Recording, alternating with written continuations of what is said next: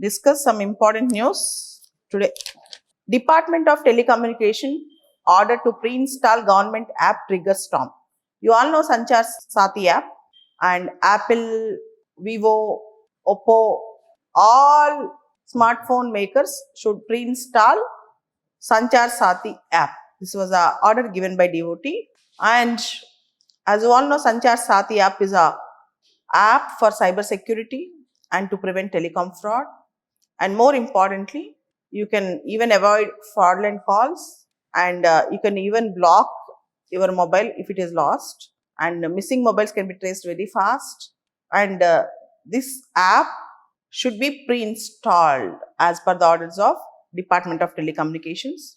The Union government's mandate for smartphone makers to pre-install the Sanchar Sati app sparked backlash from the opposition and digital rights activists. So, unilateral directions to preload this app without taking into cognizance various stakeholders and citizens is akin to dictatorship, according to Congress Party President Mallikarjuna Kharge.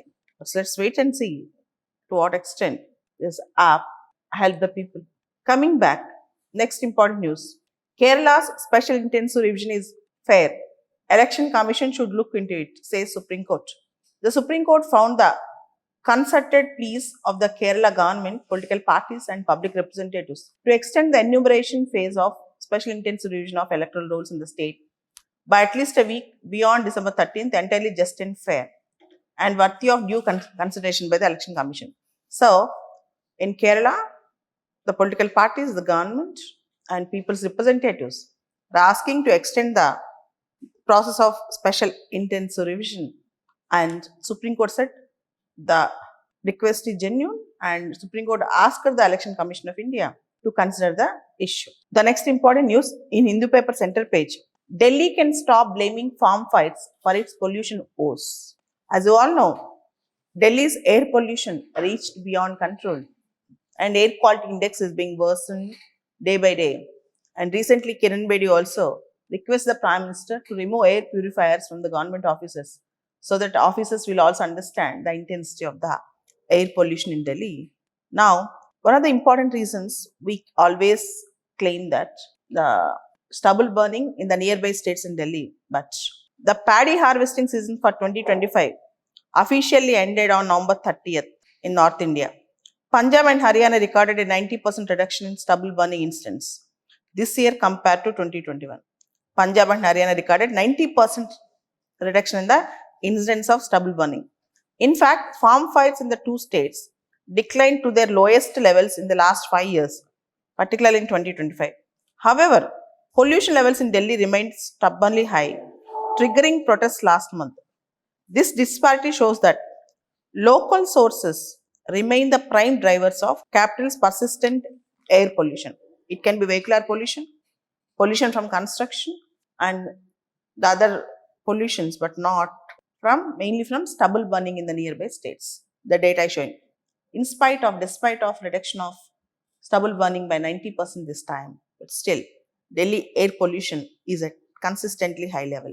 So we cannot blame for farm fires or stubble burning with respect to Delhi pollution, according to this data point given by Hindu paper today.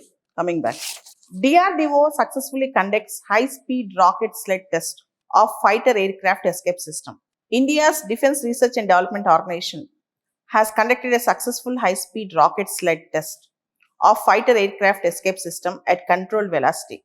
The test at rail track rocket sled facility of the Terminal Ballistic Research Laboratory, Chandigarh, validated canopy severance, ejection sequencing, and complete aircrew recovery. Actually, aircraft escape system is basically a test for aircrew recovery and also ejection sequencing.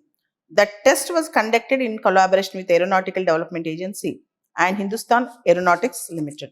So, DRDO successfully conducted high-speed rocket sled test of fighter aircraft escape system.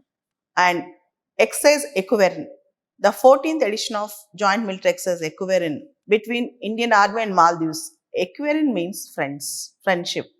The Ministry of Defence informed that the bilateral training engagement scheduled from December 2nd to December 15th brings together a 45-member Indian Army contingent from a Garhwal Rifles battalion and equal strength by even Maldivian military.